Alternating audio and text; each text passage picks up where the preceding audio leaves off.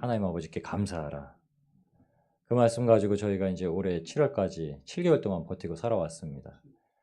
앞에 있는 십자가 옆에 달려있는 저 말씀이 이제 올해 표의 말씀이었는데, 이 말씀 가지고 맨날 감사를 해야 되는데요.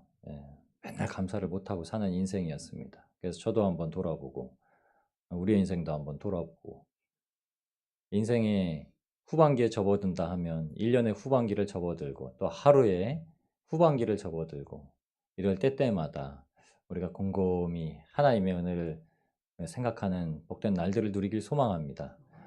하루가 돼서 오후가 되면은 이제 잘 시간이 되잖아요. 일주일이 돼서 수요일 지나가면요, 이제 다음 주일 금방 옵니다. 한 달이 15일 넘어가면요, 그 달 끝났어요. 그렇게 하루, 한 주, 한 달 보내다 보면요, 주님이 이제 목전에 도달해 계시죠. 인생의 후반부가 이제 끝나는 겁니다. 항상 돌아가죠. 항상 돌아가는 인생입니다. 오늘 말씀에는 사도 바울이 이렇게 3번이나 감사, 감사, 감사 한 절 한 절 꼭꼭 눌러 담아서 골로새 교인들에게 감사에 대해서 이야기를 합니다. 감사는 한번 말씀드렸다시피 추수감사절 이렇게 해서 감사의 태도가 달려있다 이렇게 말씀을 드렸습니다. 감사라는 말은 하나님 아버지 감사합니다 라는 말은 반드시 거기에는 우리의 하나님께 감사하는 어떤 행위에 대한 태도가 반드시 들어 있습니다. 그걸 오늘 말씀 가운데 이렇게 하죠. 말에나 일에나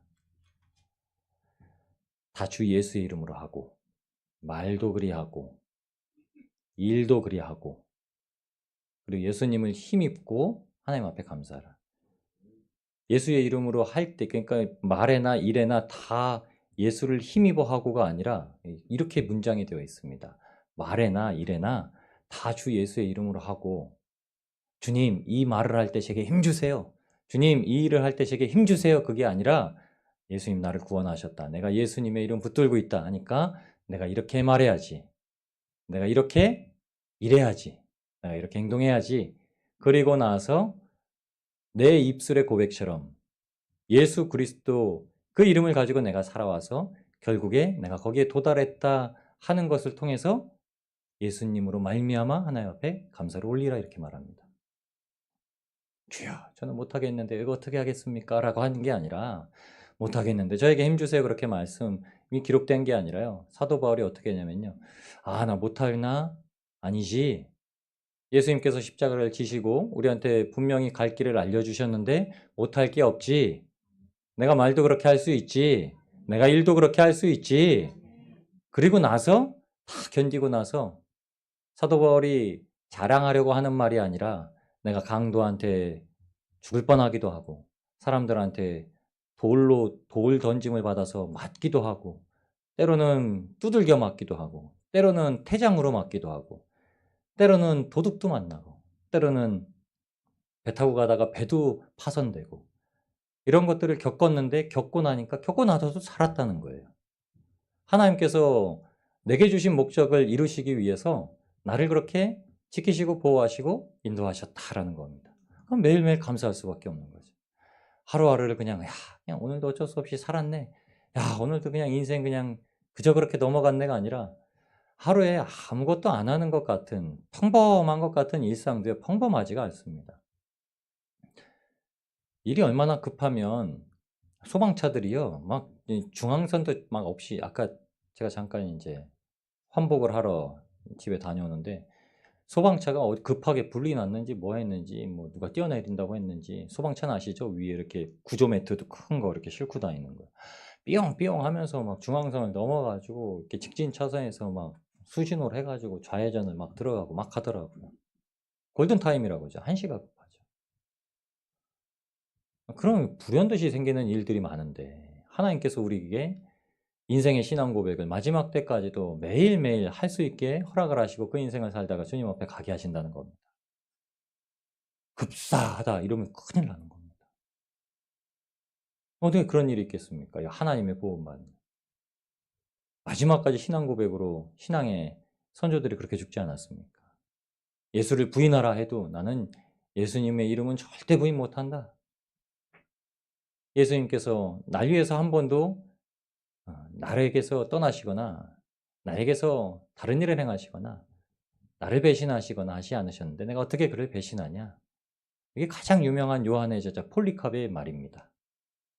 그 80 넘은 노인한테 예수님만 안 믿는다고 그냥 나가서 예수님을 잘 믿어도 되니까 지금 이 자리에서 황제 앞에서는 나 이제 예수님 안 믿겠습니다 하고 나가서 다시 예수님 잘 믿으세요. 군병들이 이렇게 권면을 하고 미혹을 했는데도 주님께서 날 한 번도 나를 떠나지 아니하시고 나를 실망시키지 아니하시고 지금까지 나를 지키셨는데 내가 어떻게 주님을 배신할 수 있어? 화형당했습니다. 그렇게. 감사하는 인생이었으니까 그걸 도저히 버릴 수가 없었던 거죠. 오늘 골로새에 대해서 골로새는 다시 한번 말씀드렸죠. 라오디게아와 히에라볼리라는 그 사이에 있는. 근데 이 지역이 어디 지역이냐면 사도 바울은 3장에서 골로새 교회에 대해서 이렇게 표현을 합니다. 3장 1절은 저희가 너무 잘 아는 말씀이죠. 너희가 다시 살리심을 받았으면 위의 것을 찾아라. 땅에 있는 것을 생각지 말라. 우리는 이미 죽었고 생명이 하나님 안에서 우리의 육체의 죽음, 육체 정욕의 죽음으로 말미암아 우리가 주님 안에 생명이 감추어졌다. 우리가 이 육체를 절제하고 살아가면은 우리의 생명은 하나님 앞에 늘 보호함 받고 있다. 주님 다시 나타나실 때 우리의 그 생명은 반짝반짝 빛날 것이다. 다니엘과 같이, 욥과 같이 빛날 것이다. 이렇게 우리에게 말씀합니다. 그러면서 주시는 말씀이 무엇이냐면 9절 말씀 해볼까요? 8절, 9절 말씀입니다. 7절, 7, 8, 9절 말씀입니다. 너희도 전에 그 가운데 살 때에는 그 가운데서 행하였으나 이제는 너희가 이 모든 것을 벗어버리라. 곧 분함, 노여움, 악의, 비방, 입에 부끄러운 말, 너희가 서로 거짓말하지 말라. 옛사람과 그 행위를 벗어버리고 새 사람을 입었으니 이는 자기를 창조하신 이의 형상을 따라 지시기까지 새롭게 하심을 입은 자니라. 아멘. 이게 말에나 일에나 예수의 이름으로 행하는 겁니다. 지시기까지 새롭게 함을 받았다. 이게 주님께서 나에게 이 말씀으로 이렇게 명령하셨으니까 나의 행동의 반경은 이제 살아있는 사람으로 바뀌었구나. 어이구야 감사하다. 여러분 자고 일어났는데 하나님이 저희를 막 강권적으로 해가지고 이제 착하게 살아라. 그러니까 하루에 처음에 사람이 확 변했어요. 내 뜻이 아닌데 막 그렇게 막 살아요. 나는 막 나쁜 일을 하고 싶은데 막 착한 일을 하고 싶고 막 이렇게 살아요. 아니에요. 그렇게 사는 사람 없어요. 말씀이 우리를 그렇게 살라고 주장하기 때문에 야, 내가 이렇게 살아면 안 되는구나. 내가 옛날처럼 살면 안 되는구나. 내가 이제 새롭게 살아야 되는구나. 옛날에는 내가 이런 말도 하고 저런 말도 하고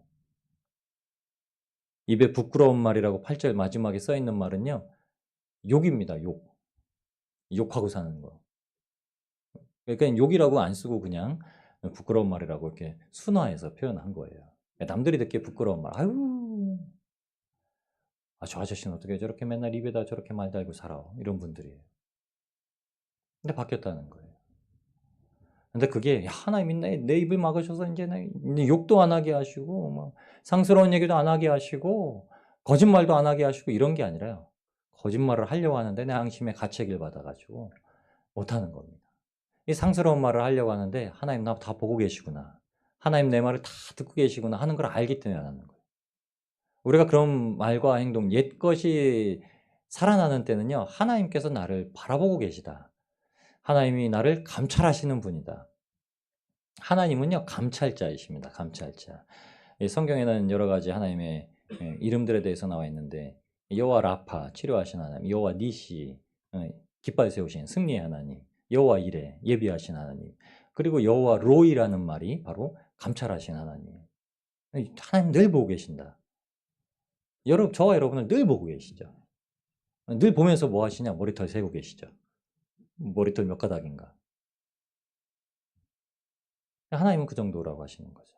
일거수일투족을 다 보시고 일거수일투족을 다 보시는데 막 강제적으로 막 하지 않으신다는 거죠.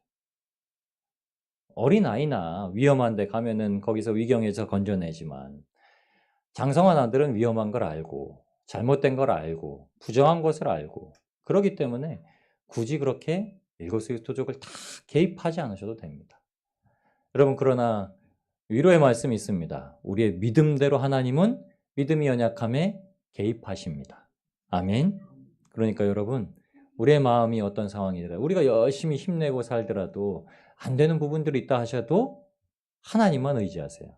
그 부분들은 하나님이 개입하십니다. 정말 어렵고 힘든 상황이 있으면 하나님은 개입하세요. 반드시 그것에 개입하셔서 하나님은 그 일을 성취해 주십니다.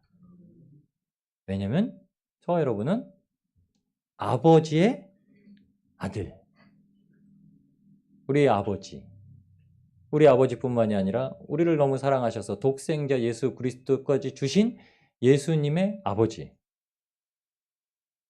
그래서 성부와 우리와의 관계는 부자 관계죠. 양자로 입양된 아버지와 아들의 관계입니다.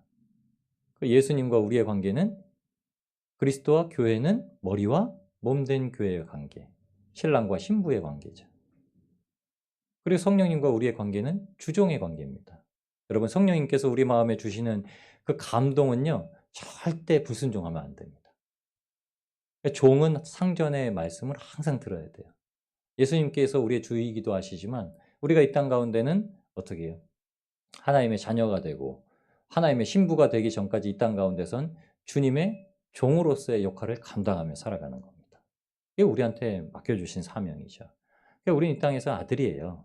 아들이지만 천국 가기 전까지는 종처럼 살아야 됩니다. 하나님을 가장 공경하고 예수님께서 걸어가셨던 길들만 밟아가는 자들이 되어야 됩니다. 사도 바울이 그 길을 걸어갔고 그 길을 어떻게 걸어가게 되었는지 우리에게 말씀해주고 있는 겁니다. 그러면 이렇게 얘기하냐? 그 당시에 있는 사람들의 행태가 어땠는지 잘 나오는 거죠. 처음에 1장에서 사도 바울은 골로새 교인들을 칭찬했습니다. 여러분의 믿음을 내가 보았습니다. 여러분이 가지고 있는 소망을 보았습니다. 여러분이 형제에게 행한 사랑을 보았습니다. 이렇게 얘기하는데 오늘은 새롭게 됩시다. 지식에까지 우리에게 주신 이 말씀을 붙들고 살아가는 하나님의 말씀대로 살아가려고 오직 하나님을 힘입어서 감사할 수 있게 되는 인생이 되도록 하나님을 붙들고 살아갑시다. 왜 이 골로새 교회에 이런 말을 했나? 이 말씀이 11절에 나와 있는 거죠. 그 당시에 이제 사람의 구성 요소가 어떻게 되어 있는지 골로새에 나와 있는 거죠. 그리고 얼마나 많은 말들이 오갔는지, 얼마나 많은 의견들이 나누어졌는지 볼 수 있습니다. 거기는 유대인이나 헬라인이나 할례파나 무할례파나 야만이나 스부다인이나 종이나 자유인이나 차별이 없다. 왜 그랬을까요? 주인이 종을 하대하고 막 부려먹고 유대인이 할례 이방인들을 업신여기고 이방인은 유대인들의 외식 행위를 꼬집어서 비방하고 야만인이라고 하는 건 거기 토속민족들을 의미합니다. 토속인들, 원주민들. 그러니까 조금 이제 이 율법과는 조금 벗어나서 살고 있는 것 같은 수구다인은요 아주 무자비한 이렇게 폭력적인 그 유목민들입니다. 그러니까 거기에 있는 무지한 사람들이나 아주 뭐 법이 있어도 난 법 없이 산다. 나는 무법한 자다라고 사는 사람들이나 다 비교법이에요. 다 반대되는 구성 요소들. 상전이나 종이나 차별이 없다. 어떻게 얘기해라? 다 하나님의 아들로서 살아가듯이, 다 예수님의 신부로서 살아가듯이, 다 성령님의 종으로서 살아가듯이 이 땅에서는 아무것도 서로 차별하고 서로의 의견을 주장할 것이 없다. 이렇게 살아가라 말씀하는 겁니다. 성경을 보면서 자꾸자꾸 깨닫게 되는 것은 성경은 항상 하나님께서 나를 향하고 계시다는 겁니다. 성경은 하나님께서 내 인생을 가장 중요하게 여기십니다. 제 인생, 제 신앙 가운데 하나님께서 저를 가장 사랑하시고 저를 이끄신다는 것을 보여주시지 제가 바라보는 다른 형제자매들의 삶을 제가 개입하라 라고 하지는 않으십니다. 한 가지 개입의 요소는 형제가 죄를 짓거나 하나님의 길을 떠나는 것을 볼 때 사랑으로 그에게 권면하라 말하고 또 얘기하고 말씀으로 권면하라 이렇게 얘기합니다. 근데 그 말씀이 받아들여지기 위해서 오늘 말씀을 주시는 겁니다. 말하는 것에도 행동하는 것에도 우리가 하는 일에도 예수님의 이름을 붙들고 예수님의 이름이 뭔가요? 사랑입니다. 사랑. 십자가를 지신 사랑. 죽기까지 우리를 사랑하신 사랑. 그것을 가지고 하라고 말씀합니다. 여러분 그래서 오늘은 우리가 정말 감사하는 자가 됩시다. 아멘. 감사하는 자. 어제 아침에는 감사를 꽉꽉 눌러 채워서 드리는 자가 됩시다. 이렇게 나눴잖아요. 좀 꼼꼼하게 감사드리자. 무엇이든지 감사드리자. 무엇이든지 감사드릴 수 있는. 근데 오늘은 그런 진짜 감사드리는 사람이 되자. 아멘. 첫 번째는 왜 그러냐면 우리를 부르신 이유가 하나님 안에서 평강을 누리고 감사하게 하는 인생이라고 오늘 말씀합니다. 15절 말씀이죠.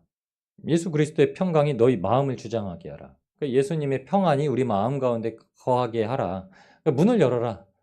예수님께서 십자가를 지시려는 길을 가시기 위해서도 걸어가셨던 길 가운데 항상 공생애가 사역 가운데 보여주셨던 제자들을 믿을 만하게 은혜 가운데 거할 만하게 했었던 하나님의 평강, 예수 그리스도의 평강을 받아들여라. 여러분 마음을 쫙 열으시는 거예요. 딱 문을 닫지 마시고. 저와 여러분은 원래 세상에 살 때는 속이 좁은 사람들이었지만 우리의 속 좁은 것을 버리고 문을 활짝 열고 주님의 온유하심과 포용하심이 무엇인지를 받아들여라. 그래서 그리스도의 평강이 우리 마음을 주장하게 하라. 주님께서 우리 마음 주장해 주세요. 저 사람에 대해서 어떤 문제에 대해서 좀 내 의견을 주장하려고 할 때 활짝 열어가지고 하나님이 무엇을 하시는가, 원하시는가. 왜냐하면요, 우리는 평강을 위해서 부르심을 받았다 이렇게 얘기합니다. 세상의 빛과 소금으로서 그 역할을 감당하도록 하기 위해서 우리를 부르셨다라고 하시는 거죠. 고린도후서 5장의 말씀입니다. 예수님께서 우리를 부르셨을 때 어떤 걸 주셨냐? 우리를 화목하게 하는 직책. 직책이 뭐냐면요, 디아코니아, 봉사입니다. 봉사. 우리를 화목하게 하기 위해서 봉사케 하셨으니 이런 말이에요. 왜 우리가 봉사한다고요? 화목하게 하기 위해서요. 우리가 봉사하는 이유가 내가 해. 그 일들을 화목하게 하기 위해서 하나님께서 부르셨다는 겁니다. 왜 안 해줘? 좀 저것 좀 하지 좀. 꼭 자기가 맡은 거 안 하더라? 탁 나눠서 하지 마시고요. 누가 좀 못하고 그런 거 있으면은 묵묵히 남들 안 볼 때 그냥 하시고 내가 했어요 라고 이렇게 문자 보내지 마시고요. 이거 누가 한 거야? 내가 했어야 되는데 그러면 옆에 지나가면서 싹 웃고서 막 이렇게 치지 마시고요. 화목하게 하는 직책을 주셨다고 하냐면 왜 그렇게 얘기하셨냐면 하나님께서 그 18절 말씀에 이렇게 얘기합니다. 하나님께서 그리스도 안에 계셔서 죄를 그들에게 돌리지 아니하시고 세상을 자기와 화목하게 하시기 위해서 십자가를 지셨다라고 해요. 그러니까 화목하게 하셨던 예수님의 봉사는 십자가를 지시는 거였습니다. 왜냐하면 그들에게 죄를 돌리지 않게 하시기 위해서요. 우리를 이 땅 가운데 부르셔서 우리를 봉사하는 자. 여러분 우리 다 봉사하거든요. 그러니까 저는 여러분들이 하시는 그 봉사의 수고의 손길이 얼마나 귀한지 압니다. 근데 그거를 하게 하신 게요. 우리 형제들을 주님께서 우리를 용서하신 것 같이 우리가 용서하는 사람들. 가장 큰 것이 우리한테 용서해라 라고 주신 말씀이었거든. 근데 그것을 위해서 저 사람이 나한테 잘못했는데 내가 용서하겠어. 성경은 이렇게 말하는 게 아니라요. 성경은 용서하는 마음을 가지고 있다. 그럼 예수님께서 십자가를 지시고 봉사하셨던 것처럼 우리에게 맡겨주신 일로 묵묵히 행하라. 봉사하라 이 말씀 주신 거예요. 그게 그리스도의 평강이 우리 마음을 주장하게 하는 겁니다. 여러분 늘 섬기는 사람이 되라. 예수님께서 섬김의 본이 되기 위해서 이 땅 가운데 오셨다고 하죠. 섬기는 것은 자랑하기 위해서 오신 게 아닙니다. 예수님께서 자랑하시기 위해서 나는 섬김받는 게 좋은 게 아니라 나는 난 섬기는 거 싫어. 난 섬기려고 왔어. 막 이런 거 이렇게 말씀하지 않으시고 제자들의 발을 씻으시면서 그 당시에는 종들만이 손님의 발을 씻습니다. 그러니까 베드로가 막 발 뺀 거예요. 이제 주님 이게 무슨 행동을 하시는 거예요? 이러지 마세요. 그래. 아니야. 내가 발을 씻어주지 않으면 너랑 나랑 아무 상관이 없어. 그러니까는 이제 아무 상관이 없다고? 그럼 발 씻어주시면 아주 큰 상관이 있다는 건가? 주님 그럼 제 머리도 씻어주시고 제 몸도 씻어주시고 이런 거예요. 베드로는요 참 단순한 사람입니다. 씻어주시는 게 주님께서 베드로를 섬겨주시는 게 베드로와 아주 친숙한 관계다고 말하니까요. 주님과 더 친숙하기 위해서 그러면 나는 다른 제자들보다 주님께서 머리도 씻어주시고 몸도 씻어주시고 이러셔야지 이렇게 얘기한 거예요. 굉장히 순수한 반응입니다. 그럴 필요 없다 예수님께서 말씀하시죠. 이미 다 씻음 받았다. 발만 씻으면 돼. 왜냐하면 이건 내가 너에게 본을 보여서 나를 따라오게 하기 위한 행동이다 이렇게 말씀하시는 거죠. 섬김의 본을 보이셨다라고 하는 것대로 사도 바울은 골로새 교인들에게 얘기합니다. 서로 섬깁시다 여러분. 서로 봉사합시다 이렇게 얘기하는 거예요. 그래야 우리가 행하는 말이나 우리가 행하는 일이나 아니면 우리가 지금 차별을 두고 살아가는 이 시대 가운데 유대인이냐 헬라인이냐 할례파냐 무할례파냐 야만인이냐 수구다인이냐 아니면 상전이냐 종이냐 이런 부류 없이 여러분들이 주 안에 딱 형제자매가 되고 공동체가 되고 가족이 돼서 함께 천국 바라보고 살아가는 사람들이 되는 겁니다. 이렇게 얘기하는 겁니다. 거기에서 감사가 나오는 거예요. 그러니까 감사가 나오는 겁니다. 진짜 내 가족이고 형제고 식구들이니까 거기서 감사가 나오는 겁니다. 가족이 되고 식구가 되지 않으면요. 여전히 나는 유대인이고 옆 사람은 헬라인이고 나는 야만인이고 옆 사람은 수구다인이고 나는 할례파고 옆 사람은 무할례파고 나는 종이고 옆 사람은 상전되는 겁니다. 그러니까 교회 안에서 같은 형제자매들이 사람적인 세상적인 삶의 기준의 인격체로 보이는 거죠. 그러니까 밖에 있들 갖고 얘기하는 겁니다. 사업을 잘 이끌어가기 위한 사람은요. 안에서 사업하는 사람들 만나려고 해요. 교회 안에서요. 그럴 필요 없다고 하는 거죠. 그리스도의 평강이 우리에게 주신 직책으로 화목케 하는 직책을 화평케 하는 자 복이 있다라고 말씀드렸죠. 평화로운 자, 평안한 자 그들은 어떻게 일컬음 받는다고요? 하나님의 아들이라 일컬음 받는다. 하나님의 아들이 누굽니까? 예수 그리스도시죠. 십자가를 지기 위해서 하나님께서 이처럼 사랑하사 독생자를 주셨으니 이는 저를 믿는 자마다 멸망치 않고 영생을 얻게 하려 하심이라. 아멘. 우리에게 예수님의 십자가의 권한이 사람을 살리는 것은 아니라고 하셨지만 그래도 우리가 봉사로 하나님 앞에 감사하는 자가 되는 것은 이 땅 가운데 예수님께서 하나님과 죄인들을 화목케 하셨던 십자가의 직분을 감당하셨듯이 우리에게 섬기는 역할, 봉사하는 역할을 통해서 주님과 우리의 형제 자매들을 화목케 하는 일들, 그 일들을 우리에게 허락하셨다는 겁니다. 이 직책이 얼마나 대단합니까? 봉사하는 대단한 거예요. 봉사할 때마다 감사할 수 있는 저 여러분이 되기를 원합니다. 이제 하던 거에서 한 두세 배 더 많이 하세요. 아멘은 장로님밖에 안 하십니다. 아닙니다. 봉사를 이렇게 앞에서 하라고 하면은 항상 자원하는 바 10명밖에 안 됩니다. 여러분들이 지금 자원하셔서 그렇게 하시는 것처럼 하나님이 다 하시잖아요. 하나님이 중심을 보시는 하나님이시니까요. 고린도후서 5장 19절에서 20절 말씀이 이렇게 합니다. 그래서 화목하게 하는 말씀을 우리에게 부탁하셨다. 화목하게 하는 말씀을 부탁하셨다. 뭐죠? 예수 그리스도께서 우리의 메시아가 되시고 우리의 구세주가 되셨다. 그 말씀입니다. 이러므로 우리가 그리스도를 대신하여 사신이 되어 그리스도를 대신하여 간구하여서 하나님과 화목하게 만드나요? 하나님과 화목하게. 여러분 우리가 하나님 앞에 화목하게 부르심을 받아서 평강을 가지고 감사의 부르심의 목적대로 살아가는 그런 감사하는 인생이 되길 주님의 이름으로 축복합니다. 그리고 두 번째는요. 감사함에 찬송을 올리셔야 돼요. 감사함으로 주님 앞에 찬송 드려야 돼요.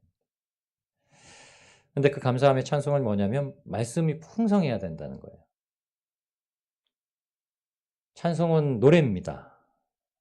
시이기도 합니다. 시구이기도 하죠.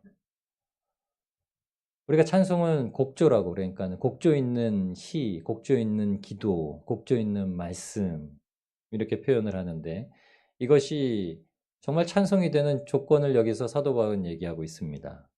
우리 안에 말씀이 풍성히 거할 때. 그래서 특별히 찬송을 앞에서 인도하거나 하는 분들은 말씀을 부단히 그리고 기도를 부단히 하셔야 되죠. 왜냐면 이게 하나님께서 맡겨주신 거거든. 성가대를 조직하고 찬양단을 처음 조직한 거는 다윗 왕 때입니다. 다윗 왕 때 여러 가지 악기들을 막 만들어냈습니다. 그 시와 신령과 진정으로 하나님 앞에 예배 드릴 때 찬송의 곡조가 올려가게 허락을 했죠.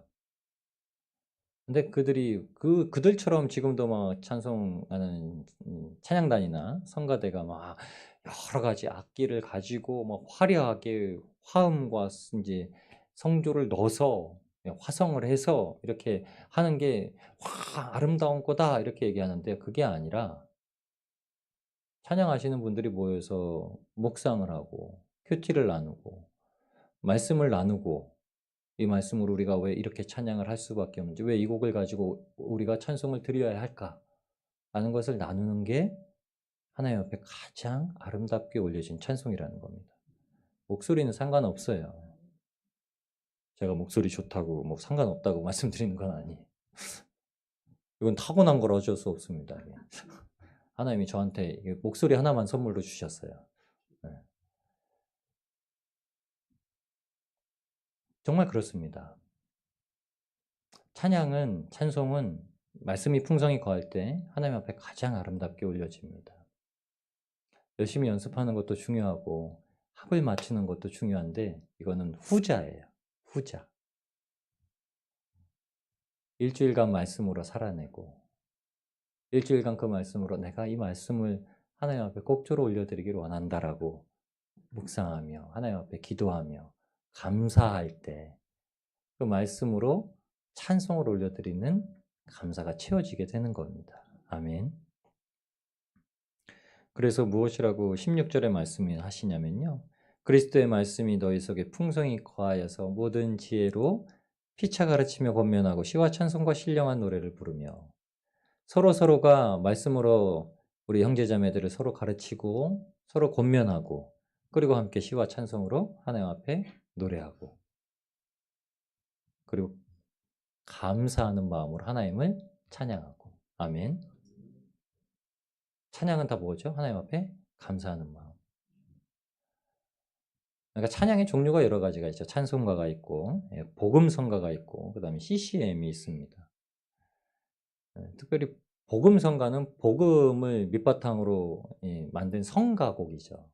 그러니까 그 성가대가 많이 하는 게 이제 복음성가곡, 복음성가집입니다. 찬송가는 말씀으로 만들어진 거예요. 그러니까 찬송가는 어디를 피시더라도 그 말씀 구절이 있습니다.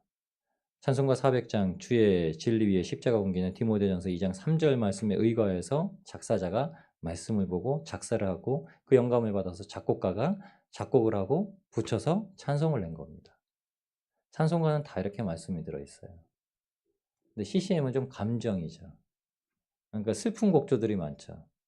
그 슬픈 곡조들은 잘 하지 마십시오. 찬송은 하나님 앞에 감사를 드리는 거예요. 그래서 여러분 하나님께서 뭐라고 하시죠? 야고보서 5장 13절에 이렇게 얘기하십니다. 고난을 당하는 자는 기도해야 되고 즐거워하는 자는 찬송해야 된다. 아멘. 근데 감사는 그러면은 어디서 나와야 된다고요? 마음의 즐거움. 마음의 즐거움에서 나옵니다. 가끔가다 제가 이렇게 막 빈정이 상하고 막 마음이 상하면은 나오던 라디오도 막 꺼버릴 때가 있어요. 107.3도 안 들을 때가 있어요. 조용히 가고 싶어 그냥. 생각을 정리하고 막 이럴 때가 있어요. 예전에요. 뭐 이렇게 너무 웃지 마세요. 요즘 그러는 거 아니에요. 예전에 그랬는데. 왜냐면 감사하는 마음으로 찬송을 드려야 되는데 막 동떨어진 얘기를 막 하잖아요. 내 마음의 감정과 심령과 동떨어진 거로 지금 곡조를 막 나오잖아요. 이게 어디서 어떻게 감사가 나오겠습니까? 그러니까 찬송은 항상 즐거워하고 기뻐하고 하나님을 기뻐하고 즐거워하고 감사하는 마음으로. 그래서 감사하는 마음으로 찬송하고 즐거워하는 마음으로 찬송하기 위해서요. 고난당하는 자는 기도하여서 마음에 위로받고 즐거움을 얻어서 찬송으로 돌아가야 되는 거예요. 기도가 찬송으로 넘어가야 되는 겁니다. 그게 감사하는 자예요. 그게 말씀이 풍성히 우리 안에 거해서 서로 형제자매들과 말씀을 누리면서 여러분 말씀 나눌 때 위로받으시잖아요. 아, 나뿐만이 그런 게 아니구나. 야, 우리 집사님이 우리 권사님이 나보다 더한 일도 저렇게 겪으셨네. 아, 나는 대수네. 아, 정말 대단하시다. 저분들 보니까 내가 더 열심히 신앙생활하고 저분들 뒤라도 열심히 따라가려고 내가 신앙생활 해야겠다. 이런 말씀의 위로를 받기 때문에 집에 돌아갈 때는 찬송을 부를 수 있는 거예요. 아, 이것 때문에 내가 정말 얼굴이 까무디티해져가지고 왔는데 돌아갈 때는 얼굴이 백옥같이 변해서 가는 거예요. 이게 감사한 인생으로 돌아가는 겁니다. 여러분, 하나님의 은혜가 우리 사랑하는 성도님들에게 날마다 그렇게 바꿔주시는 역사가, 감사함으로 채워주시는 역사가 있기를 주의 이름으로 축복합니다. 그리고 세 번째는요, 마지막으로 나의 감사가 아니라 예수 그리스도의 감사를 드리는 겁니다. 아멘. 이게 제일 중요한 겁니다. 항상 주님을 힘입어서, 항상 예수 그리스도의 십자가, 우리를 구원하신 그 대속의 은혜를 힘입어서. 어차피 죽을 인생 아닙니까? 어차피 죽어야만 했던 인생 아닙니까? 근데 살면서 죽겠다는 인생이 있어요. 왜 이미 죽었는데 뭘 죽겠다 해요? 코로나가 처음 오고 1년이 오고 2년이 오고, 여러분 코로나 2년 동안 교회가 몇 개 문 닫았다고 통계 나왔는지 아시죠? 10,000개입니다. 우리나라에서만 10,000개가 문 닫았어요. 문 닫는다는 표현이 좀 그렇지만 그 교회를 형편이 더 이상 안 됐다는 얘기죠. 경제적인 형편이 안 됐다는 거죠. 이런 이야기를 전해드릴 때마다 좀 만배로 감사한 거는 코로나 때 저희는 설립을 했는데 10,000개가 무너질 때 저희 교회는 서 있었다는 거예요.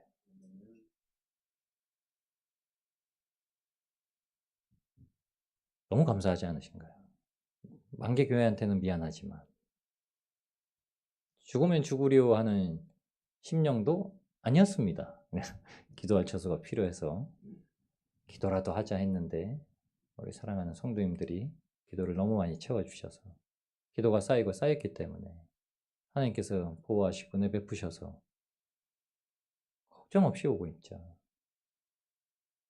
이렇게 10,000개 교회가 문을 닫을 시점에 3.1교회 송태근 목사님의 후배 한 분이 막 찾아오셔서 이렇게 얘기를 하셨대요. 이제 개척을 하셔가지고 한 50명, 60명 성도님들이 되실 즈음에 코로나가 탁 터져가지고 다시 이제 성도님들이 교회를 안 나오고 하니까는 와가지고 송태근 목사님한테, 목사님, 내가 이제 좀 목회할 만한데 하나님 참 너무하시다고. 이제 좀 목회할 만 나는 이 인원이 돼가지고 참 즐겁게 하나님 예배하고 진짜 이 교회가 지금 막 힘있게 나아가야 되는데 하나님이 코너를 주셔가지고 이게 정말 이게 못 살겠다고, 하나님 때문에 못 살겠다고. 그래서 송태근 목사님이 그러셨대요. 야 임마, 교회가 네 거냐? 교회 머리가 누구냐? 예수님이 머리 아니시냐? 교회 주인이 누구시냐? 예수님이 주인 아니시냐? 예수님께서 주인이 되셔가지고 예수님께서 주관하고 계신데 네가 죽겠다 살겠다 하나님 때문에 못 살겠다, 이런 말이 어떻게 나오냐? 그렇죠. 우리가 주님이 교회의 머리 되셨다는 사실을 망각하고 생활하고 있기 때문에 목사들이 교회 주인 행세를 하고 성도들이 교회 주인 행세를 하고 사는 겁니다. 교회는 예수님께서 주인이시고 하나님께서 주장하시고 성령님께서 운행하시는 곳입니다.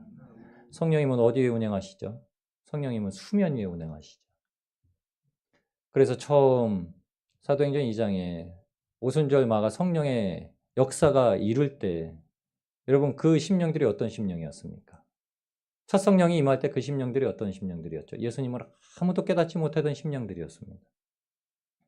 예수님의 십자가의 그 십자가의 고난의 길을 따라가야 된다는 걸 아무도 깨닫지 못하고 환란 가운데 다락방문을 걸어 잠그고 자기들도 잡혀갈까가 벌벌 떠는 인생들 가운데 성령님이 오셨습니다. 하나님의 말씀에 순종해서 예수님의 말씀에 순종해서 기도는 하고 있었지만 여전히 벌벌 떨고 두려워하면서 다락방 문을 꼭 걸어 잠그고서 기도하던 사람들에게 그 어둠 가운데 성령님이 오셔서 다락방 문을 열고 밖에 뛰쳐나가 사람들이 있는 명절을 지키러 온 사람들에게 주님의 말씀을 각 나라 족속 방언으로 말하기 시작한 사건이 벌어진 겁니다. 저는 그 심령이 첫 번째로 튀어나온 게 감사. 깜깜했던 눈앞이 확 열려져서 마치 예수님께서 공생의 사역을 하실 때 소경의 눈을 뜨게 하셔가지고 뭐가 보이냐? 아무것도 안 보이는데 뭐가 보이냐? 나무 같은 것들이 걸어 다닙니다. 뭐가 보이냐? 다 보입니다. 아멘? 다 보인 거예요. 그 길이 어떤 길인지. 고난의 길은 역경기고 힘들고 우리를 낙담하게 하고 우리 집을 무너뜨리고 우리 교회를 무너뜨리고 나를 무너뜨리는 길이 아니라 그 길의 끝자락에는 영생이 있는 천국 문이 열려 있는 길. 저와 여러분이 걸어가는 마음에 지금 애달픈 일들이 벌어지고 있는 그 길은요. 그 길을 넘어가서 보면 천국 문이 열려 있는 길입니다. 아멘. 그래서 앞날을 보고서 뭘 하시나요? 감사하시는 겁니다. 지금을 감사하시는 게 아니라 예수 그리스도께서 십자가를 지고 마침내 구원을 완성하시고 하나님 앞에 드리기 위해서 하나님 앞에 감사하시면서 나아가셨던 기도의 자리처럼 우리에게 주시는 인생은요. 예수님께서 마지막에 견뎌나가셨던 길처럼 완성된 구원의 길을 향해서 감사함으로 나아가는 겁니다. 그러니까 내 인생으로 감사하는 게 아니에요. 일희일비하면서 일이 할 때만 감사하는 게 아니고 매사에 감사하는 겁니다. 매사에 감사라고 어디에 쓰여 있죠? 어디 쓰여 있습니까, 거기에? 데살로니가 5장 16절에서 18절까지의 말씀, 이 세 가지의 말씀은 잘들 알고 계시죠? 항상 어떻게 하라고요? 항상 기뻐하라. 틀리셨네요? 땡. 항상 기뻐하라. 아까 말씀드렸죠. 야고보서 5장 13절에 즐거워하는 자는 찬송할 것이요. 항상 기뻐하라는 말씀은요. 하나님 앞에 감사의 찬송을 올리고 쉬지 말고 기도해라. 슬픈 자들은 어떻게 해요? 쉬지 말고 기도해라. 이 두 가지 말씀은 기쁘든지 슬프든지 우리의 상황과 형편이 어떻든지 항상 기뻐하라. 쉬지 말고 기도하라. 그리고 범사에 감사하라. 매사에 모든 일에 감사하라. 길 가다가 툭 넘어져서 무릎이 확 까졌는데 아이고 이 돌뿌리야 감사합니다. 너 아니었다면 내가 그냥 또 여기저기 막 망나니처럼 뛰어다니다가 다리라도 부러졌을지도 있는데 너 때문에 내가 한 번 더 조심하고 간다. 하나님 감사합니다. 우리 인생은 그럽니다.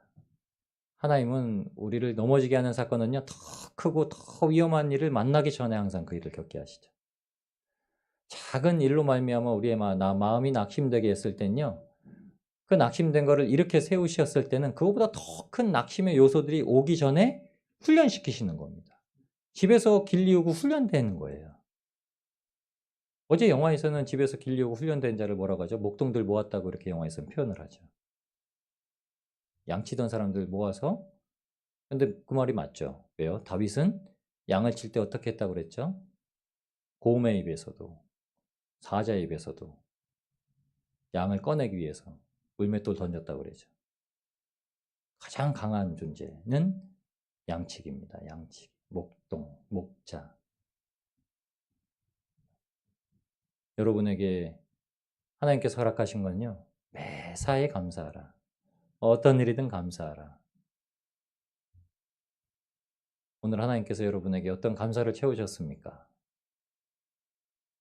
하나님께서는 저에게 오늘 여기에 서기 전에는 몸이 너무 이렇게 훅 가라앉아가지고 진짜 천근만근 막 계단을 올라오는데요. 제 몸이 천근만근이에요. 근데 안에 들어와서 이제 찬양을 하고 말씀을 보는 데는 지금은 안 그렇습니다. 하나님의 은혜죠. 여러분도 오늘 만나시면서 하루를 쫙 보내시면서 아침부터 일어나셨던 것부터 솔직히 감사하시고 하루를 또 이 가운데 아무 문제 없이 그냥 모든 일을 잘 감당하게 하셨으니 감사하시고 어떤 문제, 감정이 올라오는 것도 그냥 탁 절제하시고 하나님 앞에만 맡겨두셨기 때문에 또 감사하시고 왜요? 이것은요 그리스도 예수 안에서 우리를 향하신 하나님의 뜻이라고 말씀하셨습니다. 뜻. 기쁠 때도 즐거울 때도 슬플 때도 하나님 앞에 찬송하고 하나님 앞에 기도하고 항상 감사하는 것은 하나님께서 우리를 예수 그리스도 안에 살아가게 하시는 그 뜻이라고 말씀하시는 겁니다. 그래서 우리는 반드시 감사하는 사람이 되고 감사하는 인생이 되어야 됩니다. 감사가 넘치면요 낯빛이 좋아지는 거예요. 낯빛만 봐도 알 수 있습니다. 꼼꼼히 낯빛을 제가 살펴보는 거예요. 얼굴 숙이시는 분들은 좀 뭔가 있으셨던 거죠. 하나님은 다 아시잖아요. 하나님은 우리가 어떤 일을 겪고 있는지, 어떤 일들을 통해서 낙담되어 있는지, 또한 어떤 일들을 통해서 우리가 기뻐하는지 알고 계시지만 그 모든 걸 주님 안에서 주님을 힘입어서 기쁨으로 바꾸실 줄 믿습니다. 항상 갚음사로 바꾸실 줄 믿습니다. 여러분 우리가 주님만을 붙들고 이 땅에 남은 하나님께서 맡겨주신 삶을 살아가실 때 입술에 내일은 한 감사의 단어를 한 50번만 담아보시죠. 감사합니다. 아침에 일어나도 감사합니다. 물을 드실 때도 감사합니다. 세수하실 때도 감사합니다. 누구를 만나실 때도 감사합니다. 청소를 하실 때도 감사합니다. 전도를 하실 때도 감사합니다. 콩나물 받아주셔서 감사합니다. 저에게 욕하고 가주셔서 감사합니다. 콩나물 안 받는다고 하셔서 감사합니다. 다 이렇게 말씀하시고 가시면 이 말은 누가 받으신다고요? 하나님. 하나님이 받으시는 겁니다. 하나님이 받으시고 일하시고 역사하실 줄 믿습니다. 저와 여러분의 마음에 뿐만이 아니라 우리의 말에도 우리의 일에도 우리의 환경에도 우리의 가정에도 우리의 교회에도 우리의 일터에도 하나님은 반드시 우리의 감사를 통해서 일하실 줄 믿습니다. 그 하나님을 찬양하고 오늘도 기도하며 나아가실 때 하나님께서 저와 여러분에게 감사의 인생이 되는 축복을 넘치도록 부어주실 줄 믿습니다.